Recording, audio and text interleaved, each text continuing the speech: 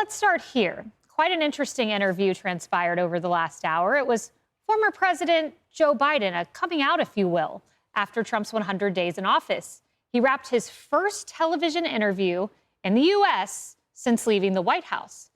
And who better to do it with than your biggest fans, the ladies of The View? He was asked why he thinks Trump won the presidential election. Listen to what he said.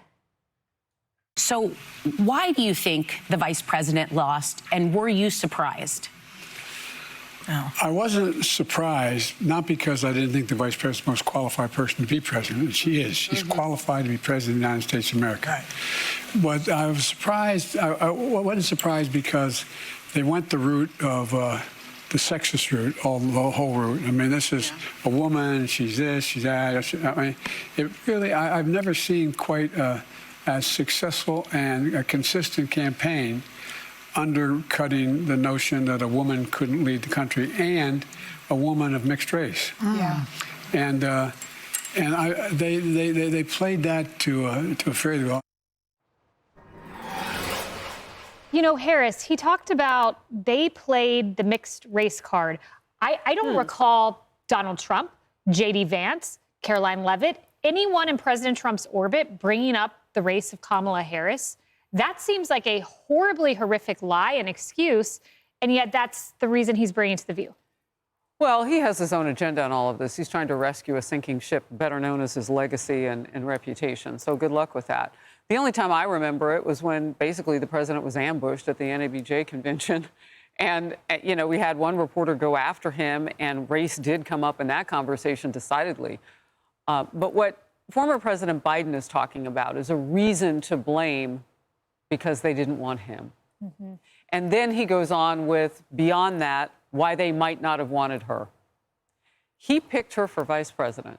So if he thought that those were going to be an issue, the minute they put her atop the ticket, he should have been out there vociferously, out there really defending her, but he wasn't. It was so hard to understand him. He was still the mumbling and at times bumbling person that they didn't want on the left, and the nation decided they didn't want. So he can play the mixed race card, as he calls it, all he wants, but I don't think he's understanding the moment, and it's an opportunity for him to say, look, we didn't get some things right. I want to help my party now and tell them Bidenomics weren't the answer. He could be useful in this moment to the party if he cared about it more than he cares about himself.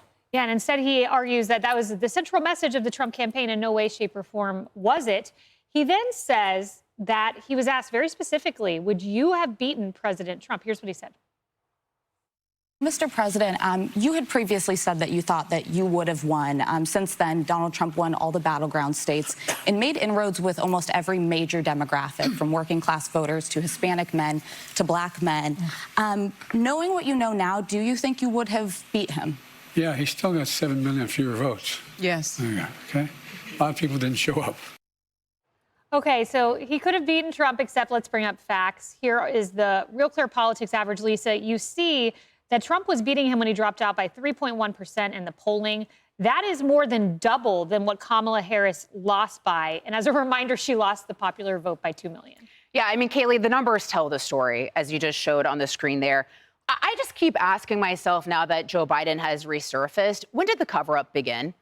Because everyone keeps asking the question, should he have run for re-election in 2024? But I think the real question is, should he have run in 2020?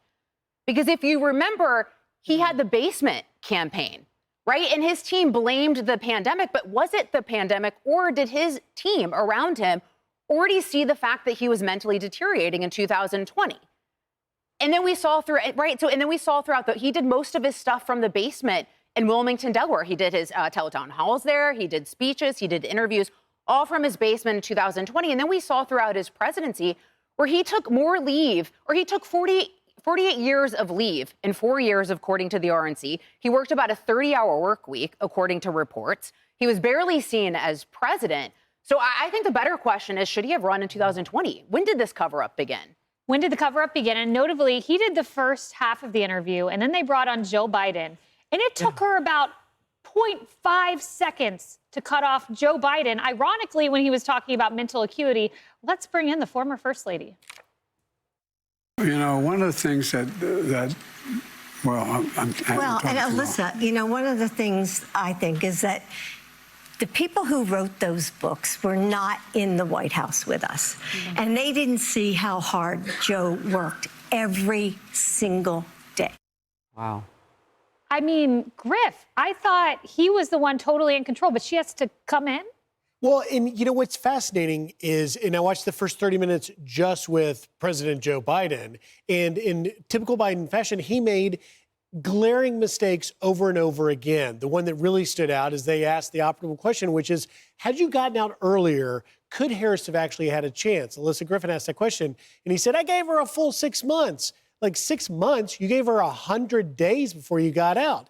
And now you've got Jill Biden stepping in to rescue her husband. And a lot of people are speculating, are they going to write a book? Are they doing The View because they're going to go write a book? The question now is, a little bit to Lisa's point, will that book really tell the true story of the mental acuity decline? Or will it simply just be trying to blame Nancy Pelosi and Chuck Schumer and Barack Obama for not supporting Biden, you know, and unearthing a lot of, you know, dirty laundry, so to speak? That's not a book that's going to sell. What will sell is if the American people can finally learn the truth about his mental acuity decline. I'm going to go with they're not going to tell the truth about his mental acuity decline in the new book.